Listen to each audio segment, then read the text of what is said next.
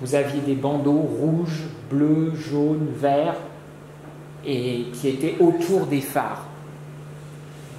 Alors que là, bon, c'est presque un modèle de présentation, c'est pas celle qui a couru en tant que telle, ou si du moins c'est une qui a couru, elle a été entièrement décorée. Alors là, c'est 1967, c'est la Matra BRM MS630 de la saison 67, c'est l'équipage, Henri Pescarolo, Johnny Servoz-Gavin. C'est pas compliqué pour reconnaître Henri Pescarolo, c'est toujours vert. Il a toujours du vert sur sa voiture. Il adore le vert, il a un casque vert, et il a du vert sur sa voiture. Pescarolo, c'est ça, tout le temps.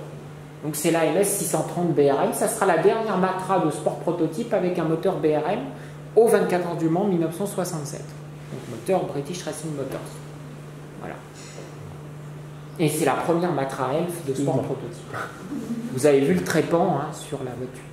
Alors là, on est au Mans 68, enfin en fait non, pour être exact, on est au Mans 69. Celle du Mans 68 n'existe plus puisqu'elle a été reconditionnée pour celle-là.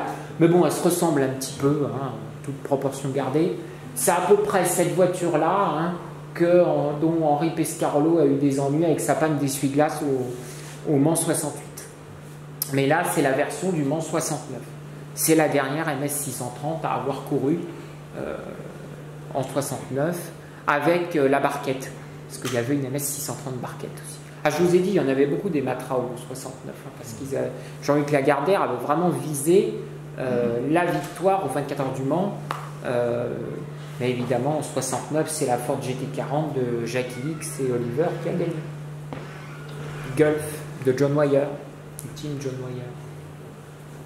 Oula. Ah non, là t'as passé. J'étais un peu vite. Trop vite. Bah oui, mais ça c'est le problème avec ces trucs-là. Tu peux pas revenir. C'est comme les voitures. Voilà, c'est ça. En même temps, la MS80 était très rapide. Alors voilà, signé de la main d'ailleurs de Jackie Stewart. Voilà la MS80. La fameuse Matra Elf à moteur Ford V8 Cosworth qui a été créée par Bernard Boyer et qui était chez Tyrrell. C'est elle qui a gagné avec Jackie Stewart le championnat du monde de Formule 1 1969. Voilà. Et c'est celle-là dont on fête les 50 ans cette année. La superbe Matra Elf MS 120 avec une très, très jolie déco, une très, très belle forme, très profilée. C'est la première Formule 1 moderne avec un moteur Matra V12 qui date de 1970. C'est le retour du moteur Matra V12 en Formule 1 après la MS11. Et là, c'est celle de Jean-Pierre Beltoise, le grand Jean-Pierre Beltoise, qui a fait sa légende avec Matra, mais aussi avec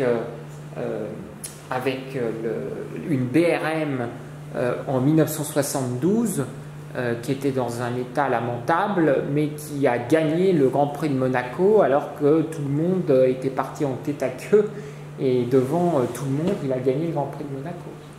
Donc là c'est vraiment la MS 120 qui, hélas, avec ses flancs en biseau, qui a échoué alors que Jean-Luc Lagardère voulait vraiment que Matra soit champion du monde avec le moteur français V12. Mais comme je vous l'ai dit, le retard était irrattrapable parce qu'il aurait fallu le développer beaucoup plus. Et gérer deux chevaux en même temps, à la fois l'endurance et la Formule 1, c'est pas évident. Alors voilà, la légendaire MS650 du Tour de France Auto 70. La dernière Matra Elf à avoir gagné une épreuve de compétition automobile.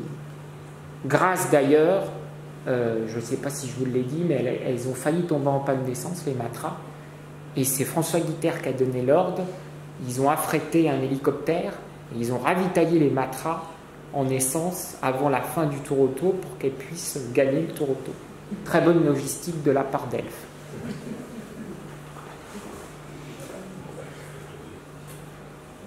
Alors là, vous avez la MS 660 dans sa configuration des 24 heures du Mans 1971, piloté par Jean-Pierre Jabouille et David Hobbs au 24 heures du Mans 1971. La MS 660, c'est une très belle voiture. Malheureusement, si j'ose dire, elle n'a rien fait. En version courte, elle n'a même pas gagné alors que c'était la plus belle de son temps. En version mi-courte, mi-longue, elle a gagné les 1000 km de Paris 70. C'est son seul palmarès. C'est pas beaucoup.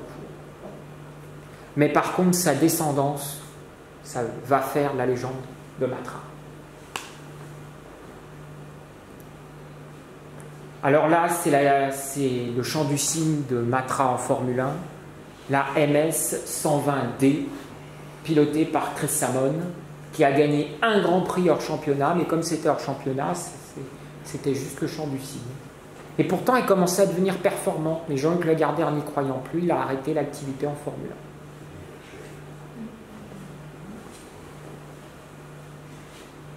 Alors là, vous avez la Matra MS 670 qui a gagné le Mans en 72, avec la carrosserie et la déco de celle qui a gagné en 73. Ah oui, je sais, c'est complètement loufoque. Hein. Si vous voulez voir celle qui a gagné le Mans en 72, vous la voyez, mais elle est sur le châssis, la carrosserie est sur le châssis de la MS 660 qui a gagné les 1000 km de Paris 70. Et elle appartient à un certain Richard Mille. Il commence à être très connu du milieu. C'est un fabricant de montres qui est devenu milliardaire et qui organise notamment le concours d'élégance à Chantilly et qui sponsorise divers événements dans le domaine de l'automobile et de la compétition automobile.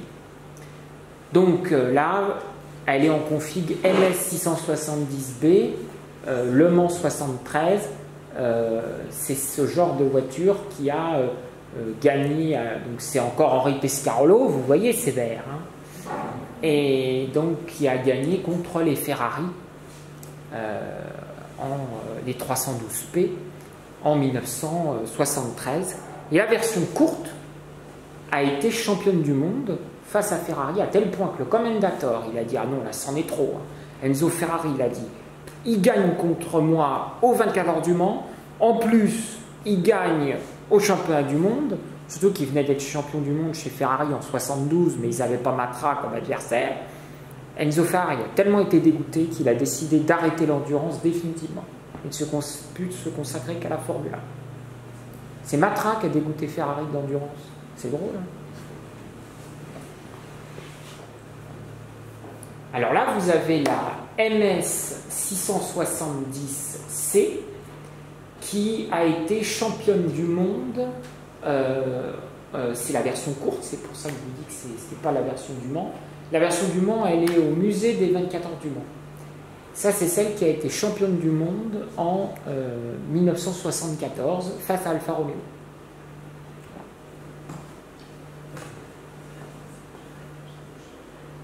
Là, vous avez la dernière Matra à avoir été développée d'endurance, et même la dernière Matra tout court de compétition, c'est la MS 680 qui a fait les 24 heures du Mans en 1974 et qui aurait dû succéder à la MS 670C, mais comme ils ont vu que la MS 670C marchait aussi bien que la nouvelle MS 680, ils se sont dit on va attendre l'année prochaine pour lancer la MS 680, mais il n'y a pas eu d'année prochaine. Voilà. Et là, vous avez une Ligier Matra. Alors, c'est loin d'être la meilleure. Je dirais que c'est la pire. Avec la JS19. Hein. Jacques Lafitte surnommait cette Ligier la bouse. Pour vous donner une idée.